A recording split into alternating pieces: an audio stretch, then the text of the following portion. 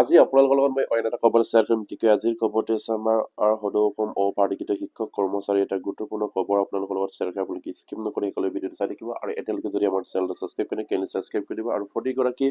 অপাৰ্টিকৃত শিক্ষক কৰ্মচাৰী যাতে নেকি এই খবৰবিলাক পায় আপোনালোকে শ্বেয়াৰ কৰি দিব নিশ্চয় আপুনি কিছুমান প্ৰত্যক্ষ কৰিছে ইয়াত লিখিছে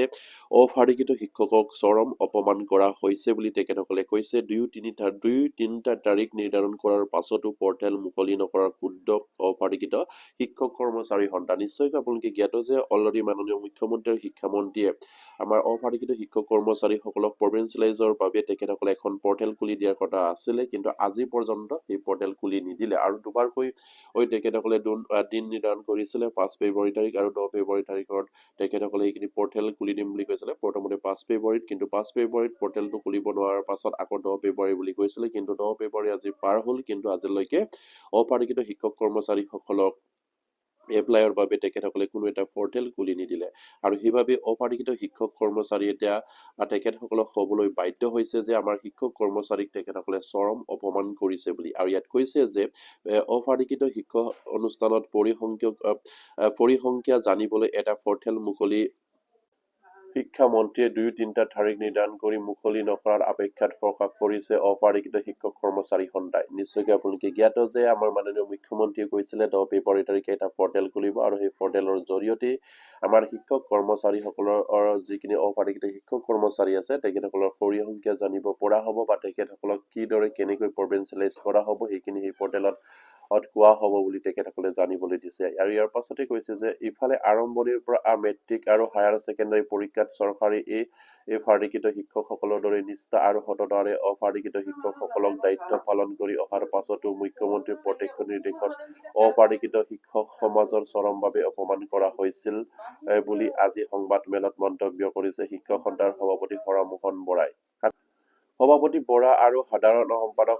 অমৰজ্যোতি শইকীয়াই দিছপুৰ প্ৰেছ ক্লাবত অনুষ্ঠিত এখন সংবাদ মেলত চৰকাৰলৈ কেইবাটাও আহ্বান জনায় আৰু বিধানসভা নিৰ্বাচনৰ অধিসূচনা জাৰি হোৱাৰ আগতেই প্ৰাদেশিকখনৰ চূড়ান্ত কাৰ্যকৰী ব্যৱস্থাৰ বিষয়টো পৰিসমাপ্তি হ'বনে নহয় এই ক্ষেত্ৰত সন্থাৰ অন্তৰ্গত শিক্ষক কৰ্মচাৰীসকলক সন্দিহা হৈ আছে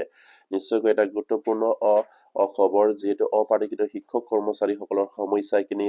অসমৰ মাননীয় মুখ্যমন্ত্ৰী আৰু শিক্ষামন্ত্ৰীয়ে বাৰম্বাৰকৈ কৈ আহিছে যদিও তেখেতসকলক হয়তো এইখিনি সুবিধা দিয়াৰ পৰা বঞ্চিত কৰি ৰাখিছে কাৰণ তেখেতসকলেই দুদিনকৈ দিন বা তাৰিখ ফিক্স কৰাৰ পাছতো সেইখিনি পৰ্টেল মুকলি কৰিব নোৱাৰাটো খুবেই এটা আমাৰ এই অপাৰ্টিকৃত শিক্ষক কৰ্মচাৰী সন্থাক অপমান কৰাৰ নিচিনা তেখেতসকলে কৰিছে বুলি ইয়াত উল্লেখ কৰিছে বিষয়টো খুবেই এটা গুৰুত্বপূৰ্ণ বিষয় যিহেতু আমাৰ সেইসকল শিক্ষক কৰ্মচাৰী আজিৰ শিক্ষক নহয় তেখেতসকলে বছৰ বছৰ তেখেতসকলে বিনামূলীয়াকৈ ৰাইজৰ ল'ৰা ছোৱালীক শিক্ষাদান কৰাৰ পাছত ইয়াৰ বিনিময়ত অসম চৰকাৰে যি ধৰণে কৰিব লাগিছিলে সেইখিনি নকৰাত তেখেতসকলে ক্ষুব্ধ প্ৰকাশ কৰিছে আৰু সেইবাবে মাননীয় মুখ্যমন্ত্ৰীক তেখেতসকলে আহ্বান জনাইছে যে অতি সোনকালে সেই বিধানসভাৰ যিখিনি আপোনাৰ অধিসূচনা জাৰি নকৰাৰ আগতেই তেখেতসকলৰ সমস্যাখিনি সমাধান কৰিব লাগে আৰু তেখেতসকলক পূৰ্ণ পৰ্যায়ৰ শিক্ষক হিচাপে প্ৰাদেশিকৰণ কৰিব লাগে বুলি দাবী উত্থাপন কৰি আহিছে কাৰণ তেখেতসকলৰ সমস্যাটো অলৰেডি মাননীয় মুখ্যমন্ত্ৰী আৰু শিক্ষামন্ত্ৰীয়ে জ্ঞাত কিন্তু তেখেতসকলৰ দিন বাৰ তাৰিখ ফিক্স কৰাৰ পাছতো কোনো এটা পৰ্টেল আজিলৈকে মুকলি কৰিব নোৱাৰাটো খুবেই এটা গুৰুত্বপূৰ্ণ বিষয় আৰু ইয়াৰ পাছতে তেখেতসকলে উল্লেখ কৰিছে সংবাদ মেলৰ জৰিয়তে মুখ্যমন্ত্ৰী শিক্ষা বিভাগ জড়িত শিক্ষামন্ত্ৰীক বছৰ অসমৰ বেঞ্চাৰ শিক্ষা অনুষ্ঠানত ফেটত গামোচা বান্ধি বিনা বেতনে কৰ্মৰত শিক্ষক কৰ্মচাৰীসকলক কাটৰ আহ্বান জনাই তেওঁলোকক কয় যে প্ৰাদেশিকৰণৰ বাবে এই চৰ্তসমূহ নিৰ্ধাৰণ কৰিব লাগে আৰু বিশেষকৈ আমাৰ অপাৰ্টিকৃত শিক্ষক কৰ্মচাৰীসকলে মাননীয় মুখ্যমন্ত্ৰী আৰু শিক্ষামন্ত্ৰীক আমাৰ বেঞ্চাৰ শিক্ষা অনুষ্ঠানসমূহক প্ৰাদেশিকৰণ কৰিবৰ বাবে কি ধৰণে তেখেতসকলে স্বাৰ্থ আৰোপ কৰিছে আৰু সেই স্বাৰ্থ আমাৰ অলৰেডি অপাৰ্টিকৃত শিক্ষক কৰ্মচাৰীয়ে জনাইছে সেই স্বাৰ্থখিনি অসমৰ মাননীয় মুখ্যমন্ত্ৰী আৰু শিক্ষামন্ত্ৰী সেই স্বাৰ্থ আৰোপ কৰি প্ৰাদেশিকৰণ কৰিব লাগে বুলি তেখেতসকলে ইয়াত কৈছে 1 জানুৱাৰী 2006 চনৰ আগত মাটি টকাৰ বিপৰীতে মুখ্যমন্ত্ৰীয়ে ঘোষণা কৰা ধৰণে বসুন্ধৰা আঁচনিৰ জৰিয়তে মাটি 2025 চন পৰ্যন্ত মাটি অধিগ্ৰহণ থাকিলে হ'ব লাগে যেহেতু মাননীয় মুখ্যমন্ত্ৰীয়ে ঘোষণা কৰিছিলে যে আপোনাৰ বসুন্ধৰা আঁচনিৰ জৰিয়তে যদি আপোনাৰ মাটি যদি জৰীপ কৰা হয় বা মাটি যদি 2025 পৰ্যন্ত যদি অগ্ৰাধিকাৰ থাকে তেনেহলে সেইখিনি স্কুল লোৱা হ'ব বুলি মাননীয় মুখ্যমন্ত্ৰীয়ে ঘোষণা কৰিছিলে আৰু 2 নম্বৰত কৈছিলে শিক্ষকৰ নিযুক্তি 31/12/2010 বিপৰীতে 13/31/2019 হ'ব লাগে তেখেতসকলে বিচাৰিছে শিক্ষক নিযুক্তিৰ এমিৰ ক্ষেত্ৰত 31/12/2010 হ'ব নালাগে, সেইখিনি আপোনাৰ 31/12/2019 হ'ব লাগে বুলি তেখেতসকলে দাবী জনাইছে। আৰু 3 নম্বৰত কৈছে যে ইউডাইচ কোড 2009-10ৰ পৰিৱৰ্তে ইউডাইচ প্লাছ কোড 2018-19 হ'ব লাগে। আৰু 3 নম্বৰত ইউডাইচ কোডটো 9-10 বিচাৰিব নালাগে, ইউডাইচ কোডটো 18-19 হ'ব লাগে বুলি সন্দৰ্পালৰ পৰা দাবী জনাইছে। আৰু 4 নম্বৰত কৈছে ছাত্ৰ ছাত্ৰীৰ সংখ্যা প্ৰাথমিক পৰ্যায়ত 30 জনৰ পৰিৱৰ্তে 25 জন। LPMৰ ক্ষেত্ৰত প্ৰাথমিক পৰ্যায়ত বিশেষকৈ 30 জন আমাৰ প্ৰাধিকৰণ কৰিবৰ কাৰণে অসম চৰকাৰে নিৰ্ধাৰণ কৰিছে আৰু সেইখিনি সন্থাপালৰ পৰা তেখেতসকলে দাবী জনাইছে যে 30ৰ পৰিৱৰ্তে 25 জন হ'লেও প্ৰভিঞ্চিয়েলাইজ কৰিব লাগে। আৰু মাধ্যমিক পৰ্যায়ত 25 জনৰ পৰিৱৰ্তে 20 জনলৈ তেখেতসকলে শ্ৰাপ কৰিব লাগে অসম চৰকাৰে। আৰু মহাবিদ্যালয়ৰ ক্ষেত্ৰত 15 জনৰ পৰিৱৰ্তে 10 জন ধৰিব লাগে। আৰু ছাত্ৰ ছাত্ৰীৰ সংখ্যা আৰু উত্তীৰ্ণ হাৰ শেষৰ 3টা বছৰৰ পৰিৱৰ্তে 17 চনৰ পৰা 2025 চনলৈকে যিকোনো 3 বছৰ ধৰিব লাগে। আৰু তেখেতসকলে ইয়াত উল্লেখ কৰিছে যে ছাত্ৰ ছাত্ৰীৰ সংখ্যা বা উত্তীৰ্ণ হাৰ শেষৰ 3টা বছৰৰ পৰিৱৰ্তে 2017 চন আৰু 2025ৰ ভিতৰত কোনোবা এটা 3টা ধৰি আমাৰ সেইসকল শিক্ষক কৰ্মচাৰী বা সেই শিক্ষা অনুষ্ঠানৰ সমস্যাটো সমাধান কৰি আপোনাৰ প্ৰভিঞ্চিয়েলাইজ কৰিব লাগে বুলি 5 নম্বৰ দাবী উত্থাপন কৰিছে। আৰু 6 নম্বৰত কৈছে 2001, 2013, 2021 চনত প্ৰাদেশিকৰণৰ পৰা বঞ্চিত শিক্ষক কৰ্মচাৰীসকলক যিসকলে এতিয়াও কৰ্মৰত হৈ আছে তেওঁলোকৰ সকলো পৰ্যায়ৰ আইনৰ আওতালৈ আনি প্ৰাদেশিকৰণ কৰিব লাগে। আৰু যিসকল শিক্ষক কৰ্মচাৰী 2021, 2013 আৰু 2001 চনত প্ৰাদেশিকৰণৰ পৰা বঞ্চিত হ'ল সেইসকল শিক্ষক কৰ্মচাৰীসকলকো আইনৰ আওতালৈ আনি প্ৰভিঞ্চিয়েলাইজ কৰিব লাগে বুলি তেখেতসকলে দাবী উত্থাপন কৰিছে। আৰু 4 নম্বৰত কৈছে যে নিমিত মাত্ৰ খান বাৰ্টেজ উচ্চ প্ৰাথমিক আৰু মাধ্যমিক শিক্ষা অনুষ্ঠানখিনিকো প্ৰাদেশিকৰণৰ আওতা ল'বলৈ আহ্বান জনাইছে। খুব এটা গুৰুত্বপূৰ্ণ দাবী উত্থাপন কৰিছে আমাৰ অপাৰিকৃত শিক্ষক কৰ্মচাৰীসকলে সংবাদ মেলৰ জৰিয়তে। কাৰণ তেখেতসকলৰ দাবীবিলাক তেখেতসকলৰ সম্পূৰ্ণ শিক্ষক কৰ্মচাৰীখিনিৰ সমস্যাখিনি সমাধানৰ সূত্ৰে তেখেতসকলে এইখিনি দাবী উত্থাপন কৰিছে। আৰু সেয়া নিশ্চয়কৈ অসম চৰকাৰে সেইখিনি দাবী মানিব লাগে। আৰু সেইমতে আমাৰ ভেঞ্চাৰ শিক্ষা অনুষ্ঠানত জড়িত শিক্ষক কৰ্মচাৰী পদ প্ৰাদেশিকৰণ কৰিব লাগে বা স্কুল প্ৰভিঞ্চিয়েলাইজ কৰিব লাগে বুলি দাবী উত্থাপন কৰিছে। কাৰণ বিষয়টো খুবেই এটা গুৰুত্বপূৰ্ণ বিষয়। অসম চৰকাৰে আজি পৰ্যন্ত সেইসকল শিক্ষক কৰ্মচাৰীক কেৱল মুখৰ মাজতে সীমাবদ্ধ কৰি ৰাখি তেখেতসকলৰ সমস্যাখিনি সমাধান কৰি ৰাখিছে, কিন্তু কাগজে পত্ৰৰে বা প্ৰেক্টিকেলি হৈ উঠা নাই। আৰু সেইবাবে আমাৰ অপাৰিকৃত শিক্ষক কৰ্মচাৰী সন্থাৰ বিষয়ববীয়াসকলে এতিয়া ক্ষুণ্ণ হৈ পৰি সেইধৰণে সংবাদ মেল যোগেদি মাননীয় মুখ্যমন্ত্ৰী শিক্ষামন্ত্ৰীক আহ্বান জনাবলগীয়া হৈছে। কিন্তু অলৰেডি মাননীয় মুখ্যমন্ত্ৰী শিক্ষামন্ত্ৰীয়ে কোৱাৰ দৰে যদি এই কামখিনি হোৱা হ'লে আজি পৰ্যন্ত তেখেতসকলে হয়তো সেইখিনি এপ্লাই কৰিব পাৰিলেহেঁতেন।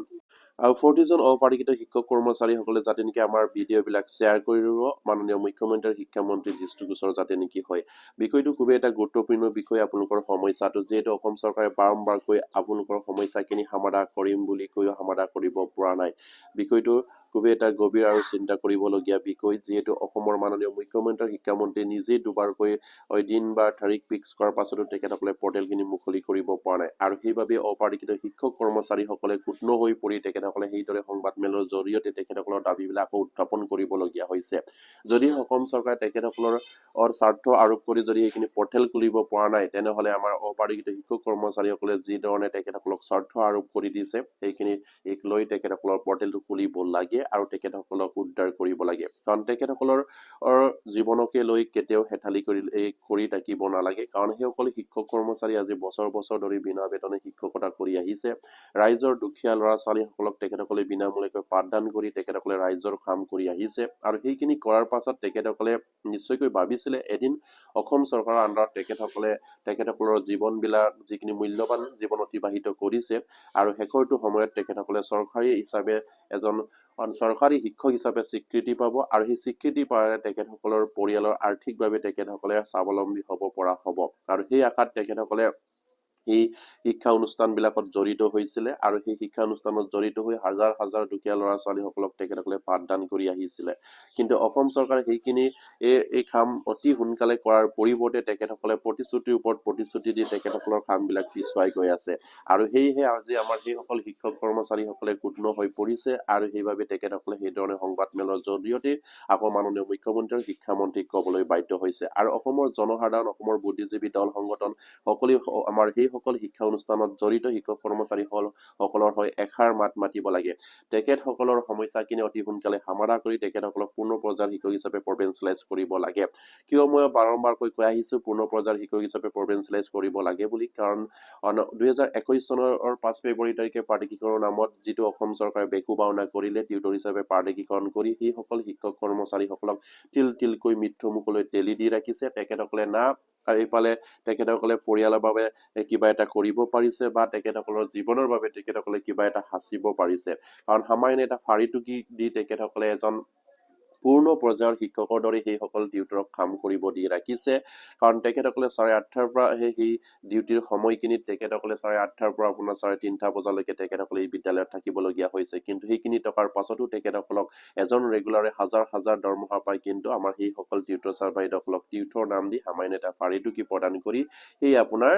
দৰমহাৰ ক্ষেত্ৰত পাৰ্থক্য কৰি ৰাখিছে নামৰ ক্ষেত্ৰত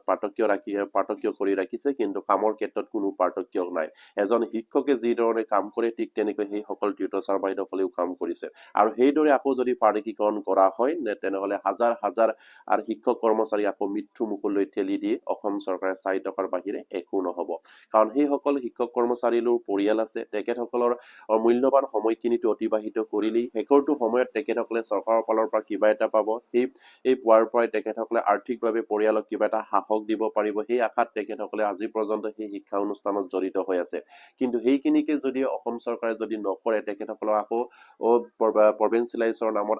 আৰু এটা যদি দুখৰ যন্ত্ৰণা যদি দিব বিচাৰে তেনেহলে সেইখন প্ৰভিঞ্চিয়েলাইজ কৰাতকৈ নকৰাই ভাল বুলি মই ক'বলৈ বাধ্য কাৰণ এই সকল তীৰ্থৰ দুখ বেদনা চাই মই এতিয়া গম পাইছো যিসকল নতুনকৈ প্ৰভিঞ্চিয়েলাইজ কৰিবলৈ গৈ আছে সেই সকল শিক্ষক কৰ্মচাৰী অসমৰ মাননীয় মুখ্যমন্ত্ৰী আৰু শিক্ষামন্ত্ৰী আৰু উচ্চ পদস্থ শিক্ষা বিষয়াসকলক মই অনুৰোধ কৰিছো আপোনালোকে সেই সকল শিক্ষক কৰ্মচাৰীক টিউটৰ হিচাপে সজাই প্ৰাদেশিকৰণ নকৰিব তেখেতসকলক শিক্ষক নামেৰে প্ৰাদেশিকৰণ কৰক আৰু শিক্ষক হিচাপে তেখেতসকলক সকলো সা সুবিধা প্ৰদান কৰক তেখেতসকলৰ পৰিয়ালৰ ভৱিষ্যত সুনিশ্চিত কৰক এই আশা কৰিম আৰু প্ৰতিগৰাকী আমাৰ বেঞ্চাৰ শিক্ষা অনুষ্ঠানত জড়িত শিক্ষক কৰ্মচাৰীক মই অনুৰোধ কৰিম আপোনালোকে যিমান পাৰে আমাৰ ভিডিঅ'বিলাক শ্বেয়াৰ কৰি দিব আৰু আপোনালোকৰ সমস্যাখিনি এই কমেন্ট বক্সত কমেন্ট কৰিব আৰু মাননীয় মুখ্যমন্ত্ৰী আৰু শিক্ষামন্ত্ৰীক আহ্বান জনাব যাতে নেকি আপোনালোকক যদিহে প্ৰভিঞ্চিয়েলাইজ কৰে তেনেহলে টিউটৰ হিচাপে নহয় সম্পূৰ্ণ শিক্ষক হিচাপে প্ৰাদেশিকৰণ কৰক বুলি আপোনালোকে দাবী উত্থাপন কৰক আৰু অতি সোনকালে মাননীয় মুখ্যমন্ত্ৰী আৰু শিক্ষামন্ত্ৰী সেইখিনিৰ ব্যৱস্থা গ্ৰহণ কৰি আমাৰ সেই সকল বেঞ্চাৰ শিক্ষা অনুষ্ঠানত জড়িত শিক্ষক কৰ্মচাৰীসকলক ন্যায় প্ৰদান কৰিব বুলি আশা ৰাখিলো আজি ভিডিঅ'টো ইমানেই কৰিলো নমস্কাৰ জয় আইকম